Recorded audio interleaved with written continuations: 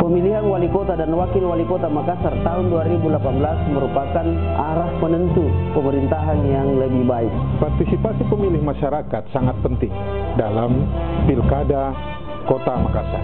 Untuk itu, mari ikut mensukseskan Pilkada Makassar dengan turut serta hadir ke TPS. Mari mewujudkan pilkada yang berkualitas dengan memahami karakter calon wali kota Makassar. Dengan hikmah puasa Ramadan, mari kita wujudkan pilkada yang berbudaya dan bermartabat. Mari kita sukseskan Pilkada Kota Makassar 2018. Jangan sia-siakan hak pilih Anda. Ayo ke TPS 27 Juni 2018 untuk memilih calon wali kota dan wakil wali kota Makassar. Mari kita mengikuti pemilihan wali kota dan wakil wali kota Makassar tahun 2018 tanpa politik uang.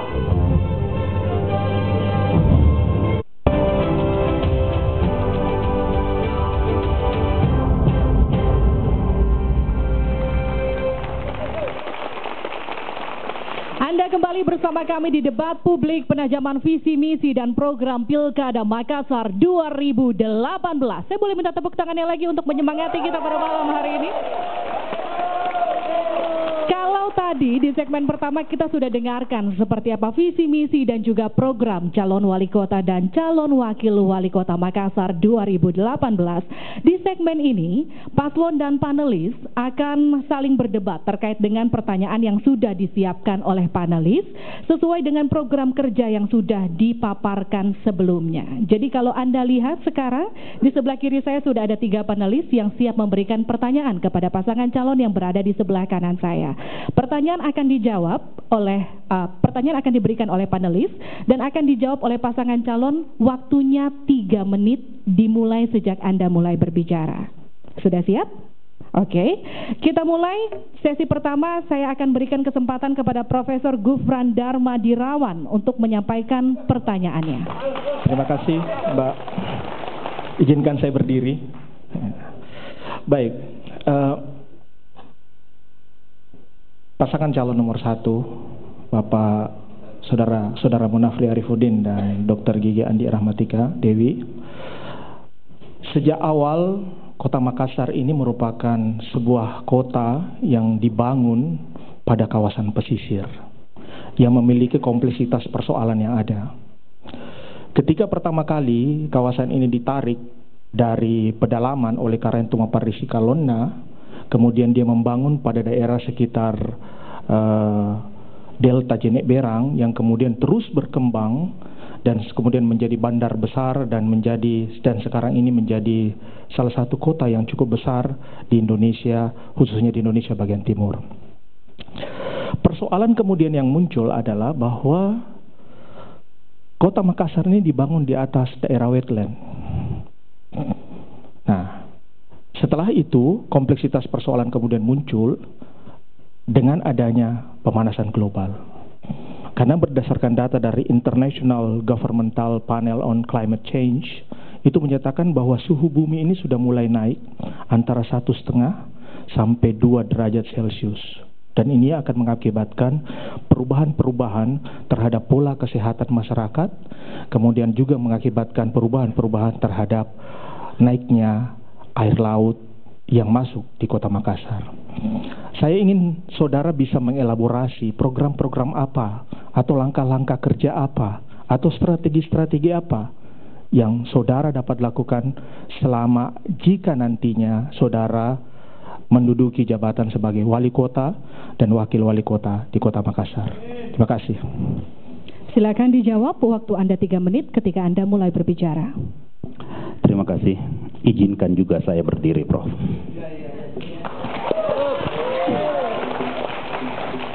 Persoalan global warming merupakan persoalan yang sama-sama kita harus peduli. Bagaimana kita memperhatikan kepedulian ini, karena ini akan merusak atau memberikan anak cucu kita warisan yang sangat buruk ketika ini terjadi. Untuk itu sebagai pemerintah kota nantinya, kita harus menangkal ini lebih dini. Bagaimana kita mempersiapkan menambah ruang-ruang terbuka hijau yang ada di Kota Makassar. Sekarang ini Makassar masih membutuhkan belasan persen ruang terbuka hijau. Dan yang kedua yang ingin kami sampaikan adalah bagaimana kita mampu mengedukasi seluruh warga masyarakat masuk ke dalam sekolah-sekolah, masuk ke dalam kelompok-kelompok masyarakat untuk memulai yang namanya membiasakan diri dengan reuse, reduce, dan juga adalah recycle. Sehingga persoalan-persoalan ini, sampah-sampah plastik, peningkatan penggunaan sampah plastik harus kita minimalisir sebagai upaya dari individu kita untuk mampu mengurangi persoalan yang ada. Baik, saya sangat tertarik tadi dengan ada 3R tadi itu ya, reduce, reuse, dan recycle tadi itu. Nah, yang sebenarnya menjadi kompleksitas persoalan sebenarnya adalah berdasarkan catatan yang kami miliki, bahwa sebenarnya tingkat penyerapan sampah pada 3 kecamatan khususnya di Rapocini, Manggala dan sebagainya perharinya itu sekitar 40 sekian kubik per hari. Akan tetapi masih ada sekitar 10% atau sekitar 4 kubik sampah yang tidak dapat diangkut oleh para pengangkut sampah atau sistem yang ada sekarang yang terbangun di Kota Makassar. Nah, kira-kira strategi apa kira-kira yang paling cepat yang Anda dapat lakukan dalam rangka untuk menjawab persoalan-persoalan yang seperti ini? Karena apabila dihitung dalam 1 bulan itu akan mencapai sekitar 120 meter kubik sampah. Silakan. Baik, persoalan sampah seperti yang disampaikan oleh Prof tadi, ini harus kita mulai dari tataran rumah tangga. Pemisahan sampah rumah tangga ini harus mulai kita edukasi kepada seluruh warga Kota Makassar. Tidak boleh sampah plastik ini sampai ke tempat pembuangan terakhir. Untuk itulah seperti yang kita lihat di Kota Makassar, persoalan sampah ini adalah persoalan yang tidak pernah berhenti sampai hari ini. Dan yang ingin kami sampaikan bahwa ke depan kami akan mengutamakan yang namanya waste to energy untuk menyelesaikan persoalan-persoalan ini. Waktu Anda habis. Selanjutnya sesi kedua dipersilakan kepada panelis Dr. Adi Suryadi Cula untuk menyampaikan pertanyaan. Ya, terima kasih. Saya langsung saja ya. Saya sebenarnya mau mencari yang baru ini dari program pendidikannya. Saya ingin menanyakan soal pendidikan. Saya mencoba menelaah, saya tidak melihat sebetulnya hal yang baru ya. Nah, yang terutama sebetulnya perhatian dan komitmen ya pemerintah Kota Makassar terhadap pendidikan. Data neraca pendidikan daerah yang dirilis oleh Kemendikbud yang terakhir bahkan itu menunjukkan rendahnya komitmen anggaran pendidikan. Hanya sekitar 14% dari 20% yang justru jadi tuntutan itu. Nah, saya tidak tahu di mana signifikansinya ini dari yang Anda bisa kerjakan yang baru, yang berbeda ya. Nah, itu. Nah, saya ingin menghubungkan dengan soal program kartu cerdas. Ini juga akan butuh dana ini. Ada, saya lihat di programnya, mohon dijelaskan itu. Bagaimana besaran dananya, apa indikatornya dan mekanismenya. Jadi saya ingin dijelaskan soal anggaran dan juga komitmen dan program kartu cerdas Makassar cerdas. Silakan. Kami persilakan untuk menjawab. Waktu Anda 3 menit dimulai sejak Anda mulai berbicara. Baik, terima kasih Dr. Adi Cula. Berbicara soal persoalan pendidikan hari ini memang dibutuhkan komitmen pemerintah terkait bagaimana pendidikan Kota Makassar ke depannya. Kalau kita lihat memang rendahnya angka UN Kota Makassar bahkan di bawah provinsi di tahun 2017 ini menandakan bahwa ada sistem yang salah yang mungkin akan kami perbaiki ke depannya. Terkait dengan Makassar Kita Cerdas, perlu kami jelaskan bahwa program ini bukan merupakan bentuk kartu, tetapi ini adalah suatu program yang di bawahnya kami breakdown lagi menjadi beberapa poin yang berisi 7 program yang tadi disampaikan oleh Bapak Munafri, yang terdiri dari kedepannya kami akan menambahkan ruang kelas baru, kemudian juga pembangunan sekolah terpadu, kemudian ada pembangunan gedung guru, peningkatan kualitas pendidikan formal dan non formal, sekolah hebat dan juara olimpiade, serta peningkatan kesejahteraan guru dan tenaga pendidik, dan yang terakhir adalah beasiswa prasejahtera dan anak pulau. Sehingga kami berharap dari 7 program yang dibawa oleh Makassar Kita Cerdas ini bisa paling tidak meningkatkan kualitas pendidikan warga Kota Makassar, sehingga mudah-mudahan ke depannya dengan bantuan dari Dewan Pendidikan Provinsi Sulawesi Selatan yang diketuai oleh Dr. Ula bisa memberikan masukan kepada kami terkait langkah-langkah strategis apa yang akan kami lakukan untuk mengembangkan pendidikan yang ada di Kota Makassar. Berarti bukan kartu Makassar Cerdas yang dimaksud ya? Bukan. Karena di elaborasi itunya kartu Makassar Cerdas. Itu nama. Makanya saya menanyakan sebenarnya soal anggaran, karena banyak program pendidikan yang sudah dilakukan, saya amati di beberapa daerah termasuk di Makassar, itu tidak dibarengi dengan anggaran itu. Jadi akhirnya sekolah kesulitan, dana bos bahkan yang kemudian ya menjadi masalah juga. Silakan dikemukakan soal anggaran ini. Baik, siap. Ya. Terkait dengan komitmen kami sudah diatur di undang-undang untuk anggaran pendidikan sebesar 20%, insya Allah akan kami penuhi sebesar 20% tersebut, dan tentu saja dalam memenuhi berbagai macam. Apa rasionalnya untuk memenuhi 20% itu? Karena mohon izin akan ditambahkan oleh Bapak Munafri. Ya, silakan. Baik, rasionalisasi anggaran terhadap 20% ini akan ditujukan langsung kepada para pihak yang ada di dalam dunia pendidikan, terkhusus kepada guru-guru yang ada, dan tentu pemberian beasiswa terhadap guru-guru dan juga siswa yang ada. Yang ingin kami sampaikan bahwa kami ingin melihat bagaimana kita meningkatkan potensi guru yang ada di Makassar, sehingga ketika seluruh Indonesia ingin mencari guru yang terbaik, datang ke Makassar untuk mendapatkan guru. Ya, saya kira nanti soal anggaran mesti dijelaskan. Terima kasih. Selanjutnya sesi ketiga kita persilakan kepada panelis kita Profesor A.R. Sunan Arsin untuk memberikan pertanyaannya. Baik, terima kasih. Bismillahirrahmanirrahim. Pak Munafri dan Dr. Rahmatika sebagai paslon, kita tahu bahwa data itu penting sekali untuk menunjang pelayanan kesehatan yang maksimal.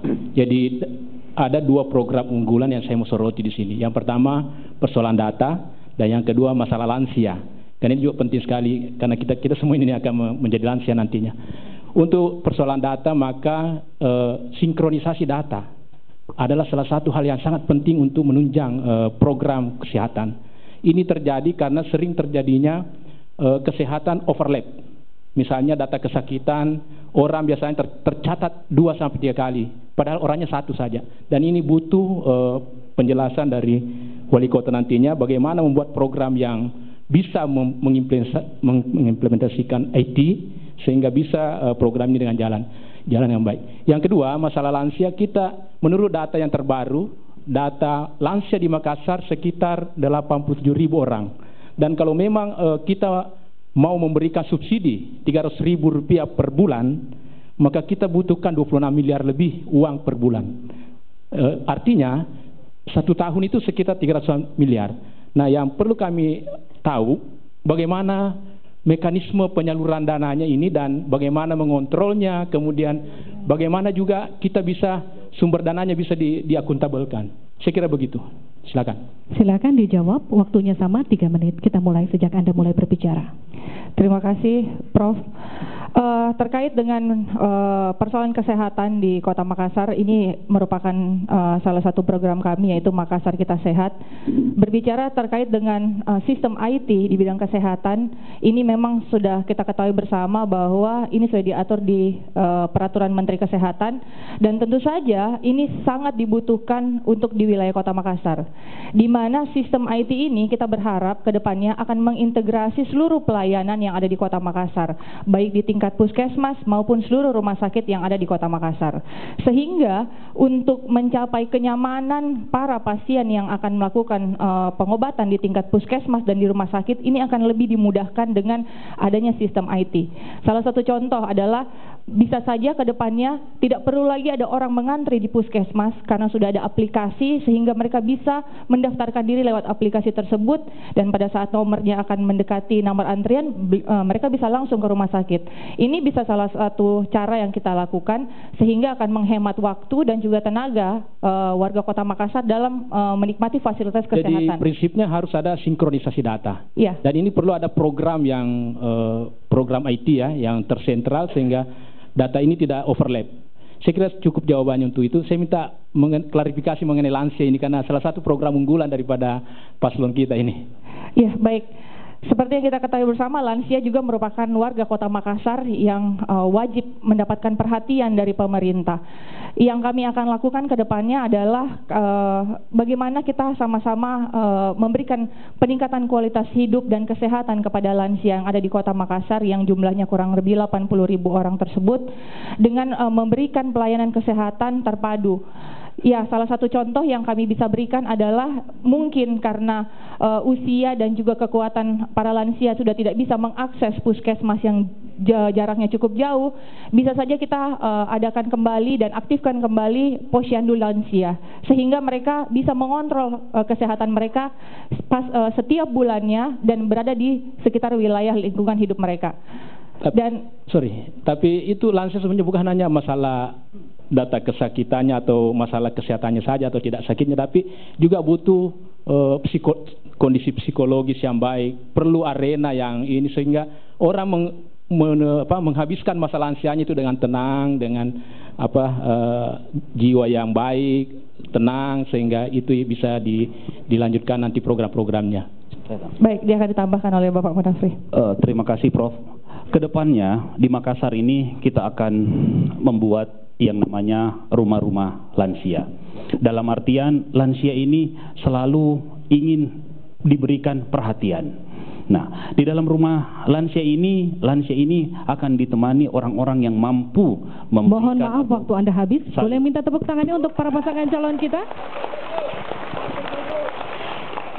Saudara para hadirin dan juga pemirsa Kompas TV dimanapun Anda berada, 3 pertanyaan dan juga 3 permasalahan telah dijawab oleh para pasangan calon kita pada malam hari ini. Tapi belum berakhir karena masih ada 2 panelis lagi yang akan memberikan tantangan yang harus dijawab oleh pasangan calon. Tetap bersama kami di debat publik penajaman visi misi dan program Pilkada Kota Makassar 2018.